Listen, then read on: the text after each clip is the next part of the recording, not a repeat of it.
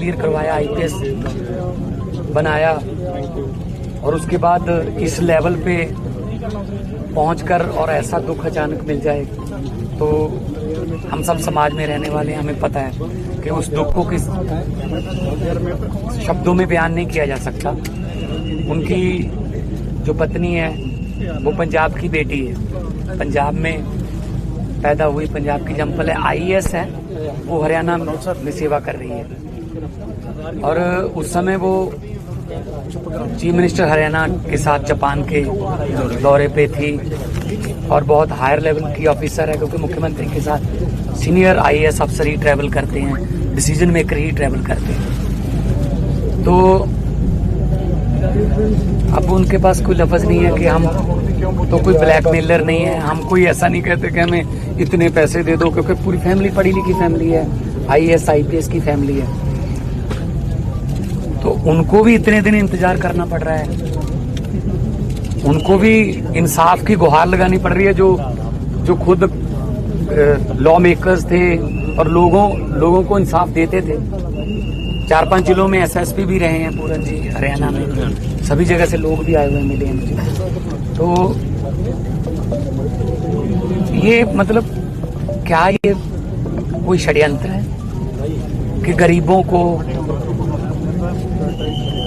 ऊपर बड़ी कुर्सियों पर बैठते हुए देखा नहीं बर्दाश्त करना, उनको अपमानित करना, चाहे ट्रोल आर्मी करती है, चीफ जस्टिस ऑफ इंडिया, उनको ट्रोल किया जा रहा है, उनको अपमानित किया जा रहा है, उनके मीम्स बनाए जा रहे हैं। मतलब ये तो बहुत ही दुखदायक है। भारत एक गुलदस्ता है, गुलदस्ते में एक ही रंग के फूल थोड़ी चलेंगे। एक ही रंग का गुलदस्ता अगर होगा तो ज्यादा देर देख नहीं पाओगे।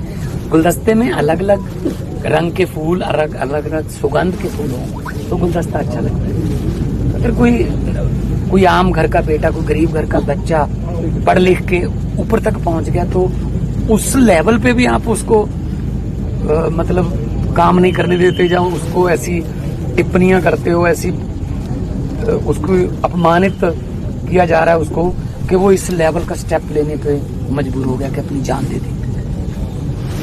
इसके लिए सोचना पड़ेगा। ये पूरे समाज के मुंह पर एक मैं को तमाचा है कि सिस्टम कैसे काम कर रहा है, सिस्टम किसको घुसने नहीं दे रहा। अगर कोई सिस्टम में आ गया तो उसको तंग करो, ताकि वो या तो सिस्टम छोड़ जाए या दुनिया ही छोड़ जाए। आप देखते होंगे, हम आम घरों से आए हैं, गाँव से आए हैं, नॉन पॉलिटिकल बैकग्राउंड से हैं हम लोग। जो सारे जो पहले सीजनल पॉलिटिशियन हैं सारे विरुद्ध हो गए मेरे।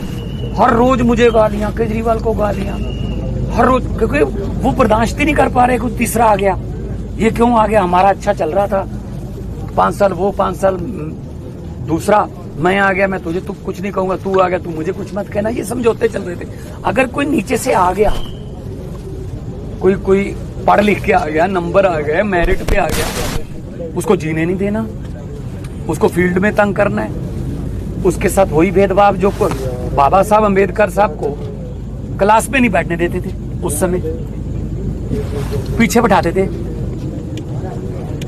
और बाबा साहब ने भी यही लिखा था, अम्बेडकर साहब ने, कि शिक्षा वो शेरनी का दूध है, जो इसको पिएगा वो दहाड़ेगा।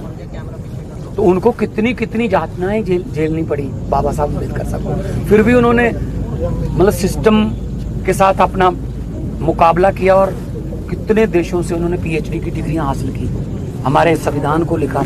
अभी उसी संविधान में सबको हक है, लेकिन यहाँ कह रहे हैं हम संविधान बदल देंगे।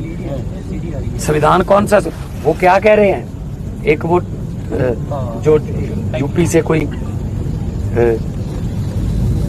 जो गवाही साहब के बारे में कह रहे हैं, सिस्टम भी हमारा है, व्यवस्था भी हमारी है, राज भी हमारा है, क्या कर लोगे? मतलब हद है। ऐसा लॉ कर रहे हो। आपके चीफ जस्टिस साहब ने, चलो उनका बड़ापन है कि उन्होंने कहा कि मैं माफ करता हूं इसको, लेकिन सरकार को तो सुमोटो लेना चाहिए ना, कि उनको सजा दो। जो ट्रोल कर रहे हैं बाद में कि उनके मीम्स, उनके कार्टून बनाए जा रहे हैं, ये तो बहुत ही मतलब न्यायपालिका पर भी हमला है, दलित समाज पर भी हमला है। और मतलब दुख से कहना पड़ रहा है कि 2025 में हमें ऐसी घटनाएं देखने को मिल रही हैं, सुनने को मिल रहा है। हर रोज कोई ना कोई यूपी में, कोई कहीं मध्य प्रदेश में, कहीं गुजरात में, कहीं कहीं पे मतलब दबे कुचले लोगों के लिए मतलब कोई यहाँ सेफ्टी नहीं है, कुछ नहीं है। तो उनकी जो पत्नी है वो भी IAS ऑफिसर है, हरियाणा कैडर की, पंजाब की बेटी है। और पंजाब की बेटी, मैं तो पंजाब से हूँ और बेटियों को अपने मायके से उम्मीद रहती है कि हमारा दुख सुख जो है हमारा वो साझा करेंगे सबके साथ। सो मैं अपनी उस बहन को हौसला ही दे सकता हूँ। अब क्या क्या हो सकता है। उन्होंने कोई बात नहीं की आपके साथ? उन्होंने कहा जी उन्होंने कहा है जी हम तो नौकरी पेशा लोग हैं, हमने नौकरी करनी है, पूरे परिवार ने करनी है, छोटी बच्चियां हैं,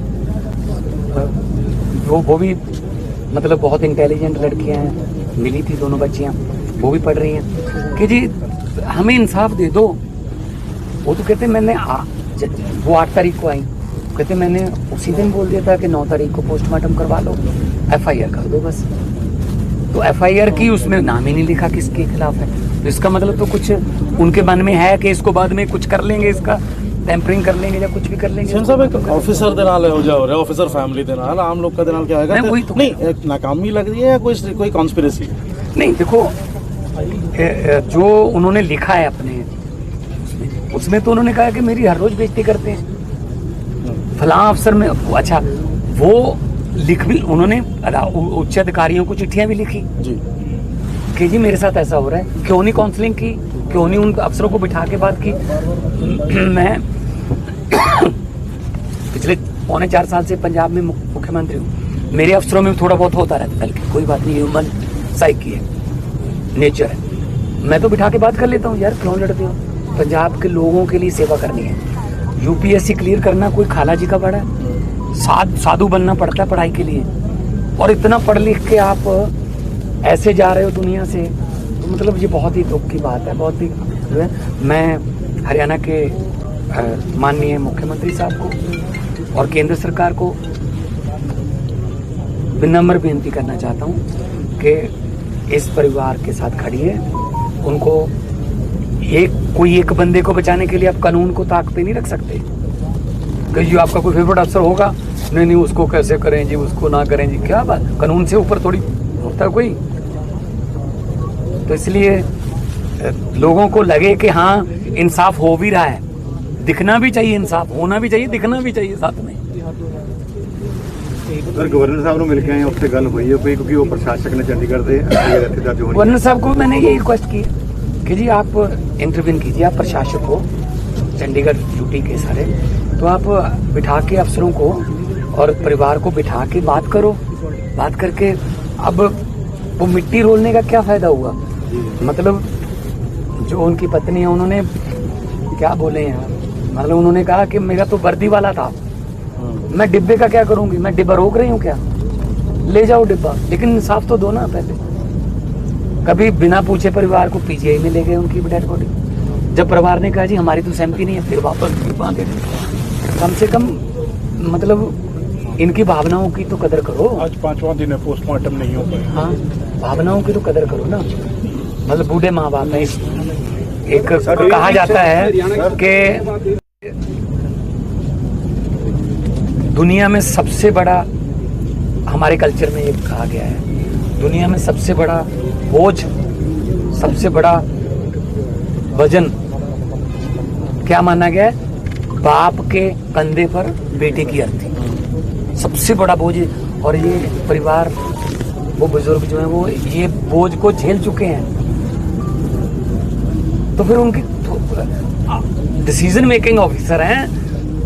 बेटी पढ़ाओ बेटी बचाओ का जो देश में वो चलाया था, तो इनकी पत्नी का बहुत बड़ा हाथ था उस स्कीम को लागू करवाने में और उसका जो खाका तैयार कराने। सर करोगे तो हरियाणा गवर्नमेंट टॉप ऑफिसर्स को बचाने की कोशिश कर रही है सर? कुछ ना कुछ तो होगा ना, अगर FIR में नाम नहीं लिख रहे, बाकी सब कुछ लिख रहे हैं। सर हरियाणा CM ਦੇ ਨਾਲ भी ਤੁਸੀਂ ਗੱਲ ਕਰਨ ਦੀ कोशिश करोगे? मैं आपके जरिए भी मैंने मैसेज दिया, मैं खुद भी करूँगा बात, क्योंकि ये अब पार्टी लेवल, अब पॉलिटिक्स लेवल, लेकिन ये कुछ नज़र पिछले पहले तो कई सालों से हो रहा था, लेकिन अब तो ये जग जाहिर हो गया है कि मतलब एक समाज को जानबूझकर षड्यंत्र के तहत मतलब टारगेट किया जा रहा है कि दलित भाईचारा है, दलित हैं, ये कैसे आगे ऊपर, वही वाली बात के बर्दाश्त नहीं करना बस उनको। क्यों नहीं करना भाई, सिस्टम में आए हैं, कोई वो सिफारिश लगा के तो आए नहीं, यूपीएससी क्लियर करके आए हैं, आईपीएस क्लियर करके आए हैं। इससे पहले सत्यम में काम करते थे, आईआईएम अहमदाबाद के स्टूडेंट हैं। कोई छोटी मोटी बात है, वहाँ एडमिशन नहीं मिलती। तो इसलिए मैं भी मांग करता हूँ कि जल्दी से जल्दी कि केंद्र सरकार और राज्य सरकार, चलो सेम ही पार्टी है बीजेपी, वो परिवार के साथ बात करके उन